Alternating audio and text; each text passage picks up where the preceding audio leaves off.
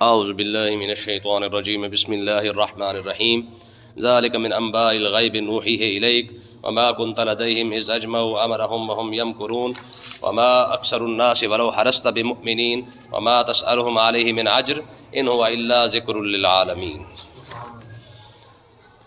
یوسف علیہ السلام کا واقعہ پچھلی آیت میں مکمل ہو گیا تھا، جس میں یوسف علیہ السلام کے وصال کی بات جو ہے وہ کی گئی تھی۔ اب آقا علیہ السلام کے ساتھ پھر خطاب کیا جا رہا ہے۔ شروع میں نے آپ کو بتایا تھا کہ آقا علیہ السلام سے یہودیوں نے آ کے پوچھا تھا اور انہوں نے کہا تھا جی آپ اگر اللہ کے سچے نبی ہیں تو ذرا یوسف علیہ السلام کا واقعہ بیان کریں۔ یہ شروع کی بات ہے، جب انہوں نے یہ کہا تھا کہ اگر آپ اللہ کے سچے نبی ہیں تو ہمیں ذرا یوسف علیہ السلام کا واقعہ بتائیں کہ وہ کیسے پیدا ہوئے، کہاں سے چلے، پھر ان کو اقتدار کیسے ملا، پھر یہ سارا کچھ کیسے ہوا۔ ان کے ایک سوال پر اللہ تبارک و تعالیٰ نے اپنے محبوب پر ساری صورت نازل فرما دی ہے۔ ٹھیک ہے جی، فرمایا محبوب آپ نہ بتائیں، پھر رب بھی ان کو جواب دے گا۔ ٹھیک ہے جی، فرمایا کہ پھر یہ 12ویں سپارے سے شروع کر کے 13واں سپارہ شروع ہو گیا۔ 13 سپارے کا یوں سمجھ لے کہ آدھا ہی یوں سمجھ، اللہ تعالیٰ نے اپنے محبوب کو اس سوال کا جواب عطا فرمایا ہے۔ یار یہاں سے اندازہ لگا ہے، سوال ایک ہوا ہے، حالانکہ جواب تو مختصر بھی دیا جا سکتا تھا، لیکن رب نے اپنے محبوب کو قرآن بنا کے وہ سارا جواب عطا فرمایا ہے تاکہ کوئی بندہ یہ نہ کہے کہ جناب ہم نے فلاں سوال پوچھا تھا اور اللہ کے نبی کو تو جواب ہی نہیں آیا اس کا۔ اب دیکھیں نا، روایت کے اندر آتا ہے، مجھے یہ بات یاد آ گئی ہے، جب آقا علیہ السلام معراج سے واپس تشریف لائے نا تو کفار مکہ نے جو سوال کیا، انہوں نے کہا جی آپ نے مسجد اقصیٰ کو دیکھا ہے؟ فرما دیکھا ہے۔ تو کہنے لگے جی مجھے آپ یہ بتائیں ہمیں کہ مسجد اقصیٰ کی باریاں کدھر ہیں، دروازے کتنے ہیں، جو اوپر بالے لگے ہیں نا چھت وغیرہ پہ، جو شیطیر جو گارڈر وغیرہ لگے ہیں وہ کتنے ہیں؟ مجھے آپ بتائیں، ہمارے گھروں میں زندگی گزر جاتی ہے، ہمیں بھی پتہ نہیں ہوتا کہ ہمارے ٹی آر گارڈر کتنے ہیں، دھیان ہی نہیں رہتا، توجہ ہی نہیں ہوتی ہے۔ اب یہ بے وقوف والا سوال تھا ان کا، حالانکہ پوچھتے تو کچھ اور چیزیں پوچھتے، لیکن انہوں نے کیا پوچھا؟ حضور سے باریاں پوچھی، دروازے پوچھے، کھڑکیاں پوچھی، ٹھیک ہے جی، اوپر جو گارڈر کون سا ہے، پھر رنگ کون سا ہے، پھر جناب اللہ محراب کدھر ہے، پھر اب یہ صفحے کتنی بنتی ہے، مجھے آپ بتائیں۔ یہ سوال تو نہیں تھا نا پوچھنے والے، لیکن کیا ہے، انہوں نے کہا کہ سوال ہی ایسا کرو جو جس کا جواب ہی نہ بن سکے۔ اب حضور آگے سے یہ فرمائیں گے کہ میں یہ دیکھنے تھوڑی گیا تھا، ہمیں موقع مل جائے گا بات کرنے کا۔ تو اب کیا ہوا، جب انہوں نے یہ سوال پوچھے نا تو اللہ تبارک و تعالیٰ نے فرمایا جبریل یہ میرے محبوب کو لاجواب کرنا چاہتے ہیں، پوری مسجد اقصیٰ اٹھا کے میرے محبوب کے سامنے رکھ دے۔ مسجد اقصیٰ کو اٹھا کے سامنے رکھ، ٹھیک ہے، اور محبوب کو جا کے عرض کر کے محبوب جو آپ سے پوچھتے جائے آپ دیکھتے جانا اور بتاتے جانا۔ کھڑکیاں پوچھے تو دیکھ کے بتا دینا، دروازے پوچھے دیکھ کے بتا دینا، چھت پوچھے، بالے پوچھے، ٹی آر پوچھے، گارڈر پوچھے، ٹھیک ہے، بلکہ آج کے دور میں لنٹر پوچھے، بجری پوچھے، سیمنٹ پوچھے، جو مرضی ان کا جتنا سوال ہے نا ہر بات کا جواب آپ دیکھتے جائے اور بتاتے جائے۔ ٹھیک ہے جی، ہاں، رب اپنے نبی کو لاجواب نہیں ہونے دیتا، یہ اس کی غیرت کا معاملہ ہے۔ سمجھ آئی کہ نہیں آئی ہے؟ تو اب دیکھیں کیا ہوا، انہوں نے سوال پوچھا تھا یوسف علیہ السلام کے بارے میں، تو آپ نے یہ سارا جواب اللہ تعالیٰ نے ارشاد فرما دیا۔ تو ہوا کیا، اب یہاں پہ بات کیونکہ ختم ہوگی، یوسف علیہ السلام کا وصال پاک ہو گیا، وہ میں نے کل آپ کو بتایا تھا کہ کس طریقے سے معاملہ سارا بنا۔ اب یہاں پہ اللہ تعالیٰ نے اپنے محبوب سے اب خطاب فرمایا ذالک من انباء الغیب نوحیہ الیک، اے محبوب یہ وہ غیب کی ساری خبریں ہیں جو ہم نے آپ کو ارشاد فرما دی ہیں، آپ کی طرف وحی کر دی ہیں، آپ جیسے چاہیں اب ان کو بتاتے جائیں۔ ٹھیک ہے، اور اگلے الفاظ دیکھیں، فرمایا وما کنت لدیہم، اے محبوب آپ تو ان کے پاس نہیں تھے نا، آپ ان کے پاس نہیں تھے، آپ کی ولادت، آپ کی پیدائش ان کے سامنے ہوئی ہے، عمر مبارک 40-45 سال ہے، یہ سب کچھ انہوں نے آپ کو اپنے سامنے دیکھا ہے۔ آپ یہ 400 سال یا 500 سال پہلے جو مسئلہ ہوا تھا، 600 سال بلکہ لگا لے، یعنی 600-700 سال پہلے جو اللہ کا نبی گزرا ہے ان کے سارے حالات کا آپ کا صحیح بتا دینا، یہ آپ کی نبوت کی دلیل ہے۔ آپ تو وہاں نہیں تھے جب یہ سارا کچھ ہو رہا تھا، پھر آپ کو کس نے بتایا ہے؟ تو یہاں سے یہ اندازہ لگا لیں گے یار یہ واقعی اللہ کا نبی ہے، کسی سے پوچھتا بھی نہیں، کوئی سے بتاتا نہیں، کوئی اس کا استاد نہیں، کوئی تاریخ کی کتابیں یہاں پہ موجود نہیں ہے جہاں سے دیکھ کے حضور پڑھ لے۔ اور اسی وجہ سے تو اللہ تعالیٰ نے ارشاد فرمایا محبوب ہم نے آپ کو امی لقب عطا فرمایا ہے۔ امی کا مطلب کیا ہے؟ امی کا مطلب یہ ہے کہ جو ذات صرف رب سے پڑھے، کسی اور سے پڑھے ہی نہ۔ کل کو یہ الزام نہ لگائیں کہ آپ نے تورات سے پڑھ کے بتا دیا ہوگا، یہ وہ جانتے تھے کہ یہ تو پڑھے لکھے نہیں اس معاملے، یہ تو ان دنیاوی لحاظ سے تو پڑھے ہوئے نہیں ہیں، ٹھیک ہے۔ کہ اگر حضور علیہ السلام کو کوئی استاد پڑھا دیتا تو الزام یہ لگتا کہ جناب آپ نے کیونکہ تورات پڑھی ہے اس لیے آپ نے بتایا ہے، انجیل پڑھی ہے اس لیے بتایا ہے. تو فرمایا محبوب ہم نے آپ کو شان ہی ایسی عطا فرمانی ہے کہ آپ کسی کے پاس پڑھیں گے بھی نہیں لیکن کائنات کی سارا علم اور ساری خبریں آپ عطا فرما دیں گے. وما كنت لديهم، آپ ان کے پاس نہیں تھے برادران یوسف کے ساتھ. ہاں اذ اجمعوا امرهم، جب وہ اپنی کام کر رہے تھے، مطلب کیا ہے کہ جب وہ اپنا ارادہ یہ کر چکے تھے کہ یوسف کو کنویں میں ڈالنا ہی ڈالنا ہے، ٹھیک ہے، اور وہ ہم یمکرون، اور وہ جو یہ سوچ رہے تھے، یہ سازش کر رہے تھے کہ ہم نے یوسف علیہ السلام کے ساتھ یہ سب کچھ کرنا ہے. میں محبوب آپ تو اس وقت وہاں نہیں تھے نا. ہاں تو اس کا مطلب یہ ہے کہ آپ نے وہ سارا معاملہ دیکھا نہیں، پھر بھی کسی سے پڑھا نہیں، کسی سے سنا نہیں ہے، اور پھر بغیر کسی سے پڑھے، بغیر کسی سے سنے اور بغیر دیکھے وہ سارا واقعہ سب کے سامنے صحیح صحیح بیان فرما دینا، یہ آپ کے نبی اور آپ کے رسول ہونے کی دلیل ہے. ٹھیک ہے جی، پھر ان کو سمجھ آ جائے گا یار واقعی اللہ کا رسول ہے، کیونکہ پھر رب بھی ہے نا جو اپنے محبوب کو بتا سکتا ہے، باقی تو کوئی استاد ہے ہی نہیں.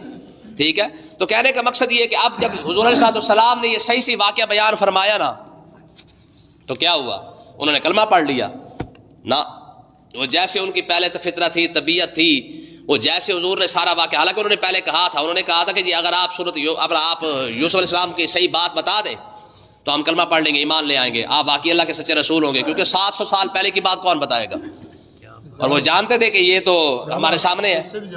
ٹھیک، اس سے بھی زیادہ عرصہ ہے، یہ ایک اندازہ ہے. ٹھیک ہے جی، کہنے کا مقصد یہ ہزاروں سال پہلے کی بات کیسے بتائے گا، پتہ ہی کوئی نہیں. تورات تو ہمارے پاس ہے، انجیل ہمارے پاس ہے. تو کہنے کا مقصد یہ کہ انہوں نے کہا تھا جی اگر آپ واقعی یوسف علیہ السلام کی بات بتا دیں تو پھر کیا کریں گے، ہم کلمہ پڑھ لیں گے. اب جب حضور نے سارا کچھ صحیح صحیح بتا دیا تو انہوں نے پھر بھی کلمہ نہ پڑھا تو آقا علیہ السلام کو تکلیف بڑی ہوئی. فرمایا یار دیکھیں کیسے یہ بد نصیب اور بدبخت قسم کے لوگ ہیں، اپنی زبان سے ہی پھر گئے ہیں. انہوں نے خود تو کہا تھا کہ یار ہم کلمہ پڑھ لیں گے یوسف علیہ السلام کی، آپ صحیح صحیح بات بتا دیں. جب حضور کو تکلیف ہوئی نا، رب نے پھر قرآن نازل فرمایا. فرمایا محبوب وما اکثر الناس ولو حرصت بمؤمنین، آپ یہ دیکھیں یہ پریشان نہ ہو کہ جناب انہوں نے کلمہ نہیں پڑھا ہے. وما اکثر الناس، اکثر لوگ ہی ایسے ہوں گے، ولو حرصت بمؤمنین، آپ جتنا مرضی ان کے لیے لالچ کر لیں کہ یہ ایمان لے آئے، یہ کبھی بھی ایمان نہیں لائیں گے، یہ کبھی بھی ایمان نہیں لائیں گے. وجہ کیا ہے؟ دیکھیں آج ایک دوست نے اسٹیٹس لگایا تھا تو قرآن کی وہ آیت میرے سامنے آئی ہے. کیا تھا؟ اللہ تعالیٰ نے قرآن مجید میں ایک اور جگہ پہ ارشاد فرمایا کہ ساصرف عن آیاتی الذین یتکبرون فی الارض بغیر الحق. فرمایا کہ جو لوگ زمین میں غرور اور تکبر کرتے ہیں نا، ہم اسے اپنی آیتوں سے پھیر دیتے ہیں. پھیرنے کا مطلب کیا ہے؟ حضرت سفیان بن عیینہ رضی اللہ تعالیٰ عنہ سے فرماتے پھیرنے کا مطلب یہ ہے کہ رب جو بندہ آکڑ خاں اور نکرے کرنے والا ہو نا، آکڑ خاں بندہ ہو، فرمایا رب اسے قرآن کی سمجھ نہیں آنے دیتا ہے، رب اسے قرآن کی سمجھ نہیں آنے دیتا. وجہ کیا ہے؟ وجہ یہ ہے کہ قرآن ظاہر سمجھ ہی اسے آتا ہے جو جھک کے ہاتھ پھیلا کے جھولی پھیلا کے بیٹھا ہو، تو پھر قرآن اپنا کچھ نہ کچھ فیض عطا فرما دیتا ہے. اگر انہیں ضرورت نہیں تو رب کے کلام کو کیسے ضرورت ہے بھائی؟ سمجھ آئی کہ نہیں آئی؟ تو کہنے کا مقصد یہ اللہ تعالیٰ نے ارشاد فرمایا محبوب وما اکثر الناس ولو حرصت بمؤمنین، اکثر لوگ ایمان نہیں لائیں گے. ولو حرصت، آپ جتنا مرضی ان کا لالچ کر لے، جتنی مرضی کوشش ان کے لیے کر لے، کیونکہ ان کے دل ہی اتنے پلید ہے کہ یہ آپ کی حق بات کو سن کر بھی ان کا دل جو ہے وہ جاگتا نہیں ہے. اب دیکھیں نا، مجھے آپ بتائیں، تبلیغ ایک، کلام ایک، نبی ایک ہے، اس کی زبان کا اثر بلال پر ہو رہا ہے، ابو جہل پر نہیں ہو رہا. ٹھیک ہے، وہی کلام ہے، وہی زبان ہے، وہی کلام، وہ سارا کچھ ہے، وہاں کے رہنے والے ہیں. اچھا ایک اور بات یاد رکھیں، جتنے نبی آئے ہیں نا ان کی مخالفت دو لوگوں نے کی ہے. جتنے بھی نبی آئے تمام انبیاء کی مخالفت کرنے والے دو بندے ہیں، ایک جاگیردار اور دوسرا سرمایہ دار. ان دونوں لوگوں نے، جاگیردار کا مطلب یہ جس کے پاس زمینیں ہیں، جائیداد ہے، وہ نبی کا مخالف ہے. دوسرا سرمایہ دار، یعنی جس کے پاس پیسہ ہے وہ نبی کا مخالف ہوا ہے. ہمیشہ ان دو لوگوں نے، جاگیرداروں نے اور سرمایہ داروں نے، ہمیشہ نبی کی مخالفت کی ہے. نبی کے نظام کو ہمیشہ ان لوگوں نے چیلنج کیا ہے. مجھے آپ بتائیں، جب اللہ تبارک و تعالیٰ نے ارشاد فرمایا کہ یا ایھا الناس انا خلقناکم من ذکر و انثی وجعلناکم شعوبا وقبائل لتعارفوا ان اکرمکم عند اللہ اتقاکم. اب یہ قرآن ہے. اب مجھے آپ بتائیں، جب اللہ تبارک حضور نے ارشاد فرمایا کہ ابو جہل اور بلال دونوں برابر ہیں. ابو جہل اور بلال، ولید بن مغیرہ اور عمار بن یاسر یہ برابر ہے.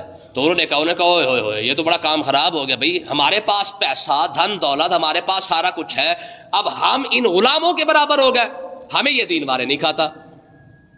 ولید بن مغیرہ یہ پیسے والا بندہ تھا، ٹھیک ہے۔ اب مجھے آپ بتائیں، اسلام جو ہے نا مدینے پاک کے اندر جا کے دیکھ لے، اسلام جو ہے نا وہ تگڑے کو اور امیر کو اور غریب کو برابر بٹھاتا ہے۔ اس کی سب سے بہترین مثال آپ کی مسجد کے صف ہے، ٹھیک ہے۔ جو پہلے آ گیا چاہے امیر ہے چاہے غریب ہے، کوئی بندہ آ کے اسے اٹھا، ہاں وقت کا بادشاہ لیٹ ہو گیا تو جوتوں میں اسلام اسے بٹھا دے گا، اسلام اسے پہلی صف میں نہیں آنے دیتا ہے، ٹھیک ہے نا۔ یہ تو ہمارے کچھ خوشامدی لوگ ہیں جناب، جیسے پیسے والا بندہ دیکھا جناب آؤ جی اتنے آ کے بیٹھو، وگرنہ یاد رکھے مسجد کی اندر آ کر کسی شخص کو جگہ دینے کی ضرورت ہی کوئی نہیں ہے سوائے عالم دین کے، بس صرف ایک عالم دین ہے، وہ بھی اس کے علم کی وجہ سے ہے، اسے جگہ دی جا سکتی ہے، اس کے علاوہ کسی کو مسجد کی صف میں اپنی جگہ دینے کی اجازت ضرورت ہی کوئی نہیں ہے۔ تجھے کس نے کہا بھائی اجازت دے، ضرورت ہے، کیوں؟ تجھے ثواب کی ضرورت نہیں، اس کو زیادہ ضرورت ہے، تو اس کی وجہ سے اپنا ثواب خراب کیوں کر رہا ہے؟ آقا علیہ السلام تشریف فرما دے تو ہوا کیا کہ حضور علیہ السلام کے دائیں جانب نہ ایک بچہ آ کے بیٹھ، حضور کے دائیں طرف صدیق اکبر بیٹھے ہوئے ہیں، بائیں طرف ایک بچہ، اب بائیں طرف جو ہے وہ صدیق اکبر بیٹھے اور دائیں طرف ایک بچہ بیٹھ گیا، اتفاق ایسا ہو گیا، وگرنہ اکثر ہمیشہ دائیں طرف صدیق اکبر بیٹھا کرتے تھے۔ آقا علیہ السلام کی خدمت میں دودھ کا پیالہ پیش کیا گیا تو حضور نے خود پیا۔ اب اصول کیا ہے کہ سب سے پہلے دائیں طرف دینا پڑتا ہے۔ حضور علیہ السلام نے اس بچے سے پوچھا، کہا پتر حق تیرا ہے، اگر تو کہے تو صدیق اکبر کو دے دو کیونکہ وہ بڑا ہے، ٹھیک ہے، حق تیرا ہے، لیکن صدیق اکبر عمر میں کیونکہ تجھ سے بڑے ہیں تو اگر تم اجازت دو تو اسے دے دوں۔ تو بچہ بھی تو ظاہر حضور کی صحبت میں بیٹھا ہوا تھا نا، اس لیے علماء کہتے ہیں کہ اگر سیاڑا بننا ہے نا، سیاڑا بننا ہے تو علماء کی محفل میں بیٹھو، رب تمہیں عقل عطا فرما دے گا۔ ہاں علماء کی محفل جو نا بندے کو سیاڑا کر دیتی ہے۔ اب اس بچے کا جواب دے کہ اس نے کہا یا رسول اللہ صدیق اکبر ہر لحاظ سے افضل ہے، اس میں کوئی شک نہیں ہے، لیکن آج میری باری ہے اور جوٹا بھی آپ کا ہے، میں آپ کے جوٹے کو کسی اور پر ترجیح نہیں دوں گا، ٹھیک ہے جی۔ آپ کی برکت جو ہے وہ مل رہی ہے تو اس لحاظ سے بھائی سیدھی بات ہے، صدیق اکبر کا مقام اپنی جگہ پہ، لیکن جب آپ کی برکت ہے نا یہ اس میں کسی کی کوئی رعایت نہیں ہے، تو بھائی اللہ کے بندے جیسے مسجد کے اندر آ کے بیٹھا تو اس میں چودھری کہاں سے آ گیا یار؟ جو دراٹ تو رب نے ویسے مسجد کے باہر ختم کر دی ہے، صفوں کے درمیان کبھی رب نے یہ ترتیب ہے، آپ کبھی سوچی ہے کہ یار اسلام کہتا ہو کہ پیسے والے آگے آ کے بیٹھے غریب پیچھے جا کے بیٹھے، نہ، بلکہ یہاں تو اسلام کی سب سے بڑی خوبصورتی بھی یہ ہے کہ جو حافظ قرآن ہے چاہے وہ جس مرضی برادری سے تعلق رکھتا ہے، وہ امام کھڑا ہوا ہے کہ نہیں کھڑا ہوا، ٹھیک ہے جی، رب نے سارے چودھری اس کے پیروں میں رکھے ہوئے ہیں، بات سمجھ آئی کہ نہیں آئی ہے؟ تو اب دیکھیں اللہ تعالیٰ نے ارشاد فرمایا محبوب وما اکثر الناس ولو حرصت بمؤمنین، جتنا مرضی آپ کوشش فرما لیں لیکن جن کے دلوں کے اندر پلیدی ہے نا یہ ایمان نہیں لائیں گے اور اکثر نہیں لائیں گے۔ اور وما تسالم علیہ من اجر، دیکھیں یار رب اپنے نبی کی صفائی خود بیان فرما رہا ہے، محبوب آپ ان سے کون سی اجرت طلب کر رہے ہیں؟ آپ تو ان کو دین پہنچا رہے ہیں، کوئی آپ کو لالچ تو ان کے ساتھ ہے ہی نہیں، سمجھ آئی کہ نہیں آئی؟ ہاں آپ کو کوئی لالچ تھوڑی ہے جو آپ ان کو دین پہنچا رہے ہیں، مقصد تو صرف اور صرف یہ ہے کہ یار یہ لوگ ہدایت پر آ کر اللہ تعالیٰ انہیں ہدایت عطا فرما دے اور جنت انہیں عطا فرما دے، صرف یہی لالچ ہے نا، یہی مقصد ہے نا کہ یار یہ جہنم کی طرف جانے سے بہتر ہے ادھر آ جائے۔ لیکن اکثر لوگ آپ کی بات کو نہیں مانیں گے، اور آج بھی دیکھ لے، آج ایک دوست نے نا ہمارے شاید ہے وہ یونیورسٹی کے اندر پڑھتا ہے بچہ، اس نے بڑے خوبصورت بات ہمارے گروپ کے اندر بھیجی ہے، اس نے کہا جی آپ دیکھیں کہ فلم و ڈراموں کے گروپ ہے نا، ان کے لوگ پیسے لیتے ہیں، وہ پیسے لے کر وہ جو ہے وہ گروپ جوائن کرتے ہیں اور فل بھی ہو جاتے ہیں، اچھا ہم 24 گھنٹے بعد درس قرآن بھیجتے ہیں اور بغیر لالچ بغیر فیس کے سارا کچھ کرتے ہیں، ایک طرف سے ہمارے وہ بچے سارے بھائی کوشش کرتے ہیں لوگوں کے اپنا نمبر اس کے ایڈ کرتے ہیں گروپ کے اندر، اچھا جو ہی وہ ایڈ کرتے ساتھ ہی نکل جاتے ہیں۔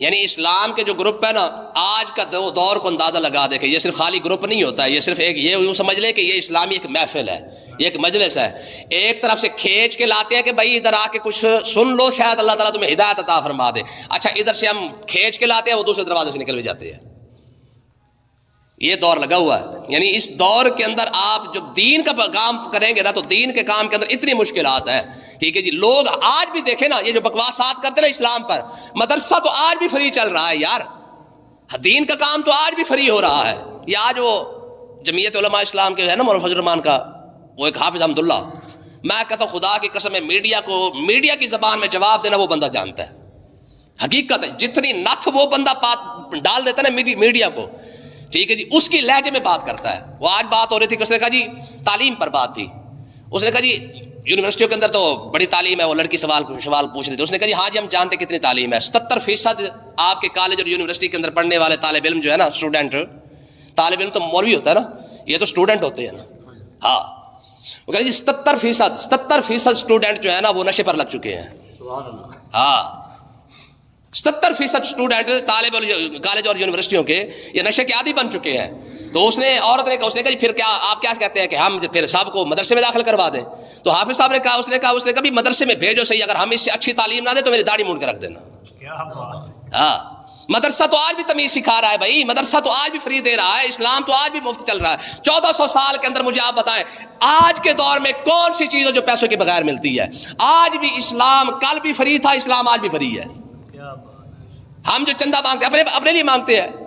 آپ بڑے بڑے علماء کو دیکھیں گے یار جا کے چندہ مانگ کے آتے ہیں. ہم گروپ کے اندر کئی بار کہتے ہیں نا کہ یار مسجد بن رہی ہے تعاون کر دے, اپنے لیے کہتے ہیں. میرے پاس تو گھر بھی ہے, سارا کچھ ہے, مجھے چندہ مانگنے کی کیا ضرورت ہے؟